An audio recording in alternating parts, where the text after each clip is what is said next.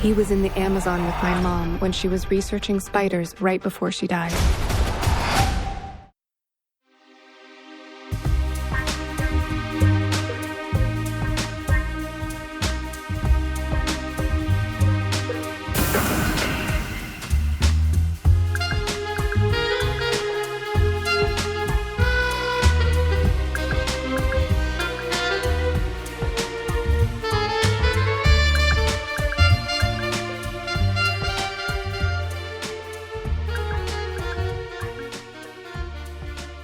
Hello, welcome to Cynic Critique, where we get real with cult films. I'm your host Brian, and I'm here with my brother and co-host, my bro-host, Thomas. Hello. I hope you've all had a good new year. We used the time to look back at all the new releases we watched in 2024 and assemble them into a top 10. This is part one of our top 10, and Thomas will start us off with his number 10. Yeah, so my number 10 is Life After Fighting. Oh, great choice. Beating me now won't mean a thing. But if I beat you, can you live with that? It's really directed and stars Bren Foster, not to be confused with the actor Ben Foster. No relation. No relation. This is an Australian martial arts film. The synopsis, as IMDb has it, is a martial arts instructor is confronted with the disappearance of two of his students, leading him into a direct confrontation with a group of international child traffickers. I personally just love the action of this film. It was so good and well-paced. Yeah, I really enjoyed it. I had to put it in because I really enjoyed the choreography of it. The fight scenes were really well put together. Everything just came together and it was just enjoyable throughout. And that's how I kind of based a lot of my top 10 on, is just how enjoyable it was throughout. I don't really know how I've really assorted my top 10. And another thing about this one for me is it's just one of them where it felt kind of nostalgic for me of the films I used to watch that got me into film when I was younger. So for me, them older like 90s, 80s action. Yeah. So I just really love them. I miss watching a few of them. When they're well made now, I just kind of like, great. Straight to see. Strangely, not the only action film to involve sex trafficking of 2024 either, because there was the Netflix one, can't remember what country it's from. Oh, it's a black belt, I think it was Korean. Yeah, that was a strange one.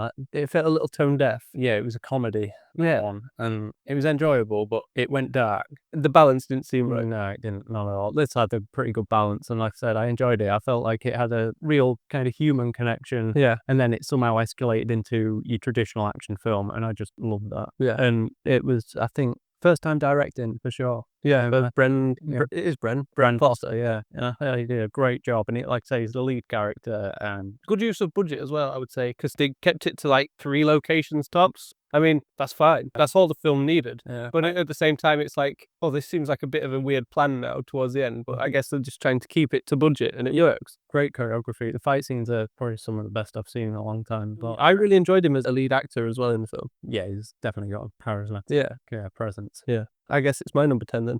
Yeah. Okay. You're probably going to not have this in your top 10, or you're going to have it higher up, and I can't talk about it. It's based on a 2001 novel, Erasure, by Percival Everett, if that gives you a clue. Yeah. It's American fiction. Yeah. Directed by Cord Jefferson. Yeah, it's later on in mine. Okay, so I can't talk about that then. No. Okay, your number 9. We're going to my number 9. Yeah. All right. My number 9 is The Silent Hour.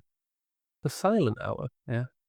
The title's not ringing a bell. It's directed by Brad Anderson, who did 2 great films, The Machinist and The Call. If that helps. Oh, Joel Kinnaman. Yeah. He plays a deaf police officer. Yeah. Yeah, Deaf Die Hard. Yeah. I called it Deaf Hard. Yeah. Yeah, Joe, that was good. Might have a lead on those Hyde Park hits. What they see, we don't know yet. She's deaf. I'm not an interpreter. You help me, I help you. That's what partners do. Yeah, it's written by Dan Hall, and like I said, it stars Joel Kinnaman as the lead. Yeah. The synopsis is a detective with hearing loss and a deaf witness to a murder must lean on each other to outsmart killers they can't hear, coming when cornered in an abandoned apartment block. Yeah, this is another one for me. It was just kind of like a nostalgic action film, and I just love it. Joel Kinnaman is the lead. Mekhi Phifer is like the lead antagonist. And Mark Stroh. Yeah, Mark Stroh. Lead actress was Sandra May Frank. Yeah, it was pretty good, but I don't think I've seen her in anything else. No, I don't think I But I'm looking forward to seeing what she does again. Yeah, I had one of my favourite character actors, Michael Eklund. He's always great to see. Yeah, he is, yeah. And that was your number 9? Yeah, that's my number 9. Okay. I've just really enjoyed it. Like I said, again, it was for that sort of mix Yeah, up. really well paced, and the tension works. Yeah, I really like the tension of it. Joel Kinnaman's just such a great lead as well. And I found it a plausible reason to stick to one location. Yeah. My number 9? Yeah. I think you're going to have this higher up. Okay. Can I call it as being your number 1? Can I make that estimation? If you want. Yeah, I think this will be your number 1. Okay. But it's also kind of a one location film as well. Right. It's written and directed by Scott Beck and Brian Woods, who did A Quiet Place, if that's a clue. Right. It's Heretic, starring Hugh Grant. It's a simple choice, but it should not be made simply. You haven't got that in your top 10 at all? No. Oh, okay. Wow. I really thought this was going to be your number 1 because it's so funny, like darkly funny, delightfully darkly. Oh, yeah. Honestly, I don't know why it got booted out of my top 10, but I booted it out. Yeah. And I was a bit disappointed with myself for doing it, but I was just looking at my top 10. I was just like, I just don't feel I had room for it. Yeah. Even though I put 2 nostalgic action flicks in, which people probably go, but they're lesser than that. But to me, they're just films I really love. So I just had to have them in my top 10. Well, they also did 65, which was in like your top 10 last year. Right? Yeah, it was. Like I said, I don't know why I just had to make room for other stuff. For whatever reason, I loved that film, but I realised I just kind of loved it for Hugh Grant's character. Yeah. I mean, I loved it for that, but I thought the direction was really good, which the directors were also Scott Beck and Brian Woods. Yeah. Yeah, like I said, I really don't know why, but I just couldn't put it in. The protagonists of the film are Sophie Thatcher and Chloe East. Sophie Thatcher was in The Boogeyman from last year as well. It was based on a Stephen King, I think. And Scott Beck and Brian Woods, I think, wrote that but didn't direct it. Right. She's also from Prospect, which is a 2018 film that's recently been suggested to me to watch. Right. She was in Maxine. I can't remember who she was in Maxine. It's, I want Nickelback. Yes, and she's in Yellow Jackets. And then the other lead actress was Chloe East, who's from The Fabelmans, Right. which is still on my must-watch list. Yeah. And she was also in The Wolf of Snow Hollow, if you remember that like werewolf Yeah. film a few years back. Yeah. And that was really good. I just really enjoyed The Heretic. I found it really funny. Hugh Grant's character just really made this film for me. Yeah. All his like theology on religion and stuff like that I just found it incredible. Like, Yeah. I don't know how religious people will find this film, but I just found it darkly entertaining, and I think Hugh Grant deserves an award for his performance in this. It was great. You know it's going to get overlooked because they'll just look at it as a horror or even a comedy. Who knows? It could pass as comedy for sure, this. In fact, I'd be disappointed if it did go for horror and not comedy. To me, it was more comedy than horror. Yeah. I particularly liked his part with the Monopoly board game analogy when he's explaining the lineage of religions. And yeah,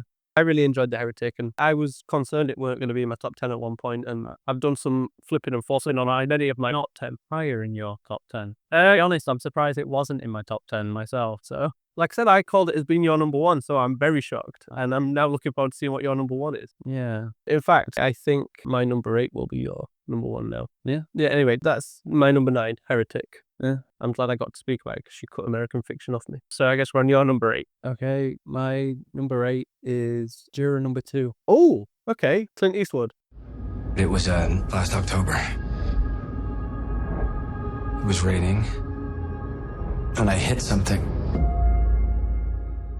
Yeah, directed by Clint Eastwood, written by first-time writer Jonathan A. Abrams. And I thought it was a great film. It stars Nicholas Hoult as the lead. Yeah, he's juror number 2. Yeah, he's just juror number 2. We won't give him a name. He has a name? He has a name, yeah. He is the titular juror. Yeah, but for your sake, he's done it as a name. But yes, now, I was going to read his name. But no, it's a great cast. Tony Collette. Krishna Sena is probably underrated in this one. He was the other lawyer on the... Oh, yeah. The famous Hollywood Chris no one seems to recognize. Yeah, he's a great actor. J.K. Simmons has a great part in this. Yeah, sadly a small part. Yeah. Or a smaller part than I wanted. Yeah. Kiefer Sutherland, that's the smallest part. I forgot he was in it.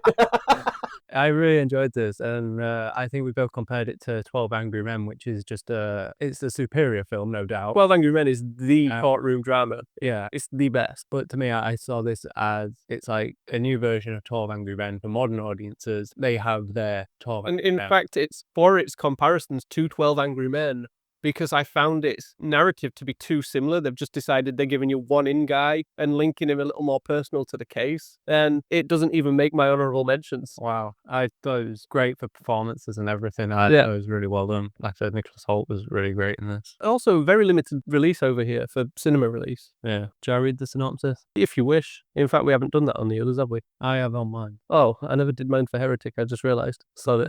I'll do it anyway. While serving as a juror in a high-profile murder trial, a family man finds himself struggling with a serious moral dilemma, one he could use to sway the jury verdict and potentially convict or free the wrong killer. Yeah. But yeah, I really enjoyed it. Oh, Nicholas Holt's wife in it. It's Uh, Eileen Woodley, right? no, What film was it where she played someone's wife this year? I remember saying that. Oh, she's just playing people's wives now. it's probably last year. It was Zoe Douche who was Ah, right, yeah. Brayton's partner in it. My bad. I apologise, Zoe Douche. Yeah. Assuming that's how you pronounce the surname. Who knows? It could be Dutch. Yeah, might be American. Anyway, and your number 8? Yeah, my number 8, I think you're going to have higher up. Okay. Or at least I'm suspecting you are now, maybe even your number 1. It's Boy Kills World, directed by Moritz Moore. Yeah, I have it higher up. Yeah, okay. I guess we're at your number 7. Same as last year, I'm guessing. I hope not. You can't have the same film at number 7, 2 years on the trot. My number 7, it's The Shadow Strays. Oh, okay. Kita datang untuk menetralisir, bukan untuk menolong atau bernegosiasi.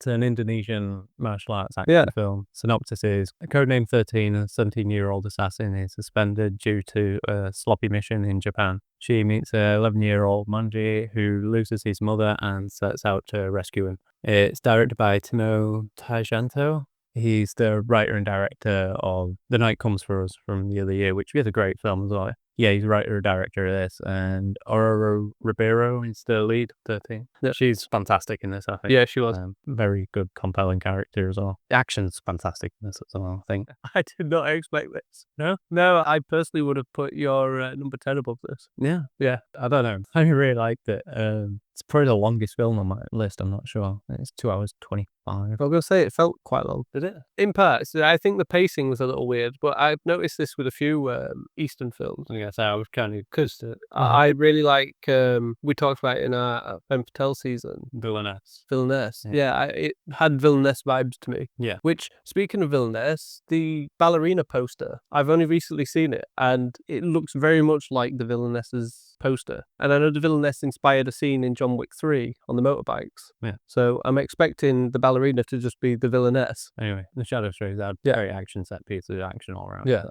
Good ninjas. It did. Oh, have they're good- kind of ninjas, aren't they, really? Yeah. They're more like a weird mercenary group. Yeah. It was great. So we on to your 7? My number 7, I don't think you're even going to have even in your top 10 or even maybe as an honourable mention. Okay, we'll find out. It's actually from 2002. That was its UK debut at the BFI London Film Festival anyway. 2002. 2022, sorry. Okay, really compete there. It had its debut in 2022. It's a French-Canadian film, The Origin of Evil. No, I didn't know that. Yeah, I really like this. It was written and directed by Sébastien Marnier and co-written by Fanny Badino. Vous lui ressemblez pas beaucoup. Moi, je gère les entreprises de mon père. Et toi, tu la laisses faire. Starring Laura Kalemi as the lead, Nathalie. Then we had, I think it's Jackie Weber as Sergey, Right. or Sergey, who was like the father figure in the film. I'm really surprised by this. I'd forgot about this. I have not. No? No, I've thought about it a lot since watching it. Okay. The synopsis, as IMDb has it, is a woman on the verge of financial collapse attempts to impersonate her imprisoned lover and con her wealthy estranged father and his new family. Personally, I think the synopsis maybe gives a little too much away. I thought it was a really good crime thriller sort of thing. A little bit Mr. Ripley in a way. Do not like that movie. But it also felt somewhat Shakespearean. Yeah. Yeah. And as much as the title suggests that it's a horror, maybe, with the origin of evil, it's not. It's definitely more a crime caper, thriller, drama, even. And I had a lot of fun with it in the cinema. And yeah, so that's my number 7. Yeah. So my number 6, it's Boy Kills World. All right. Okay. Yay.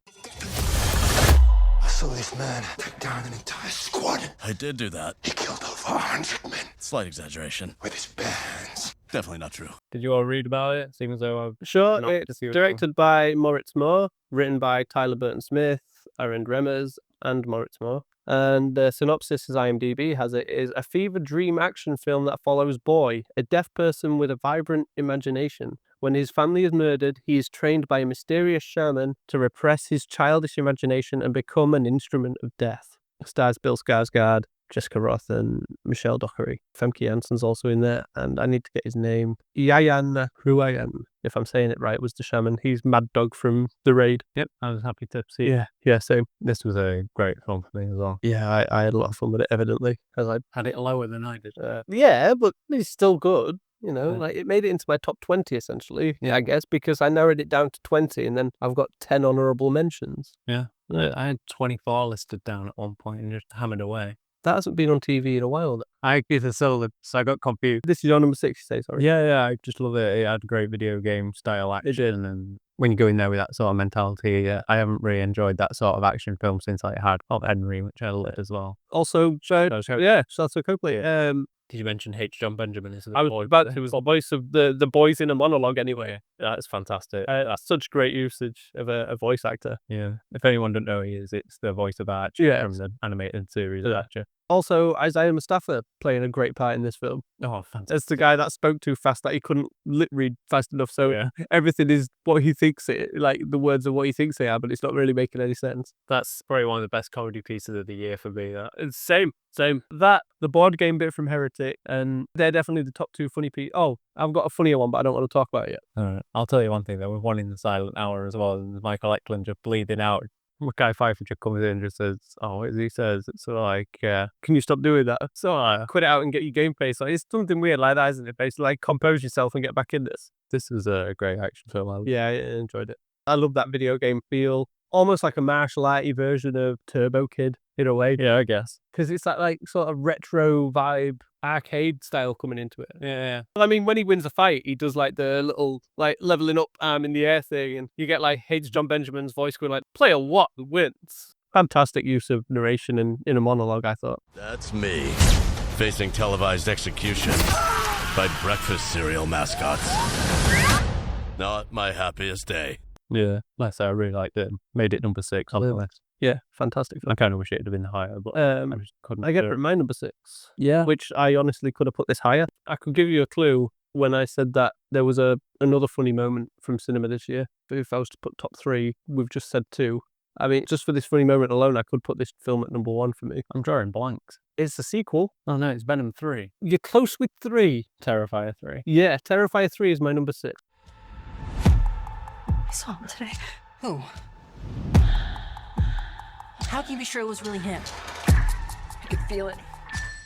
I thought it'd have been higher for you. Yeah, me too. I had much trouble putting this list together. I cannot tell you how many times I've taken films off the list, put them back on the list, moved them up the list, down the list. I thought stewing on them for like a week and then I'd just be like, okay, that's out. Mine has shuffled many times, but anyway, number 6, Terrifier 3 for me. Can we talk about that? Yeah. Oh, so it's not in your top 10 at all then? No. Wow. Yeah. I told you, mine was shocking. I didn't realise it was also insulting.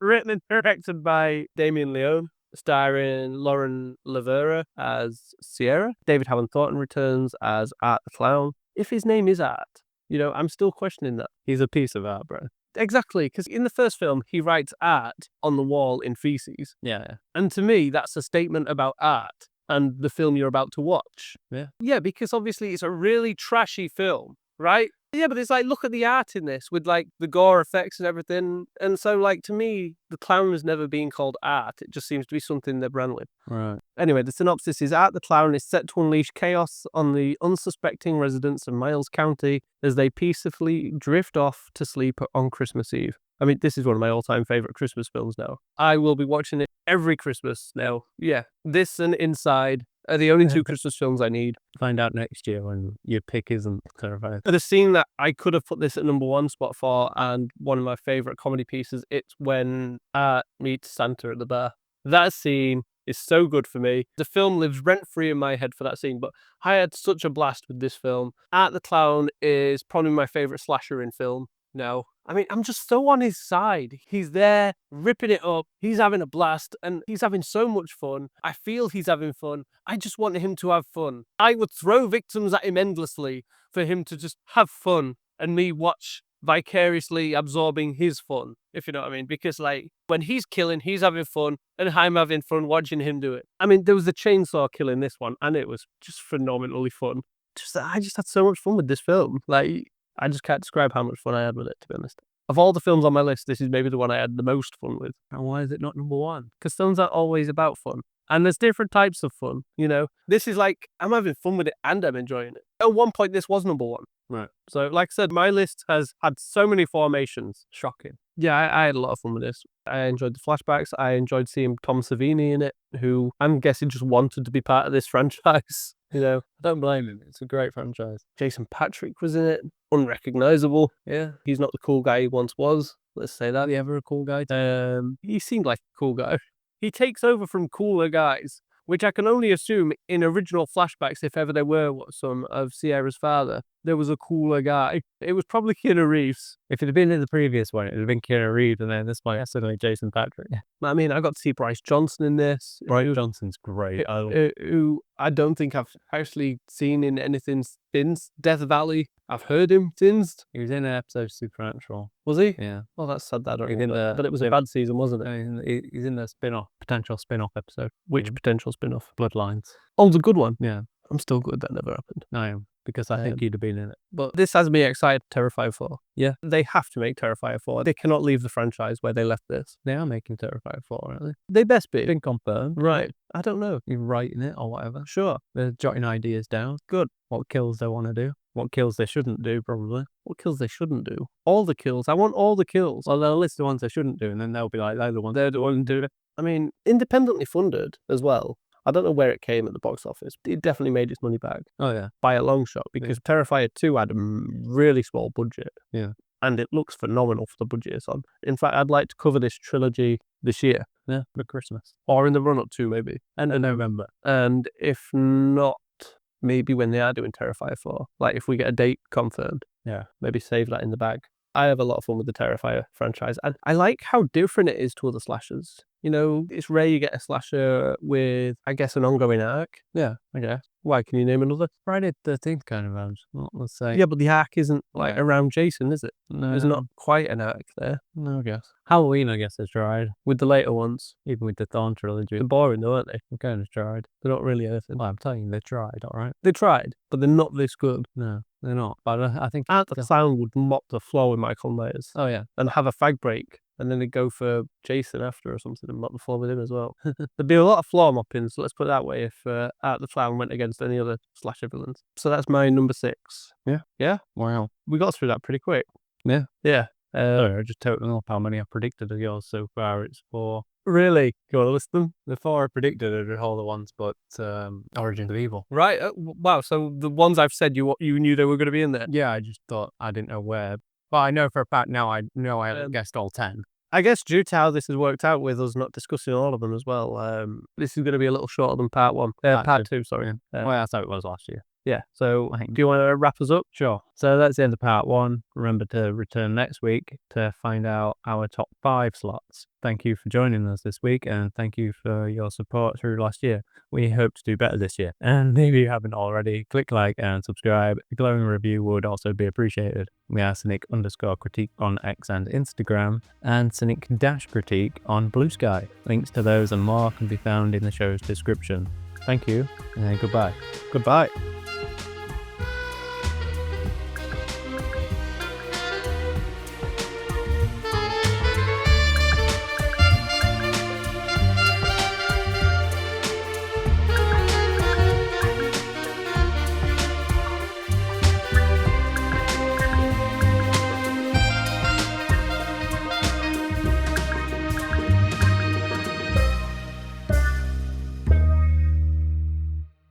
We may not make it out of this alive, buddy.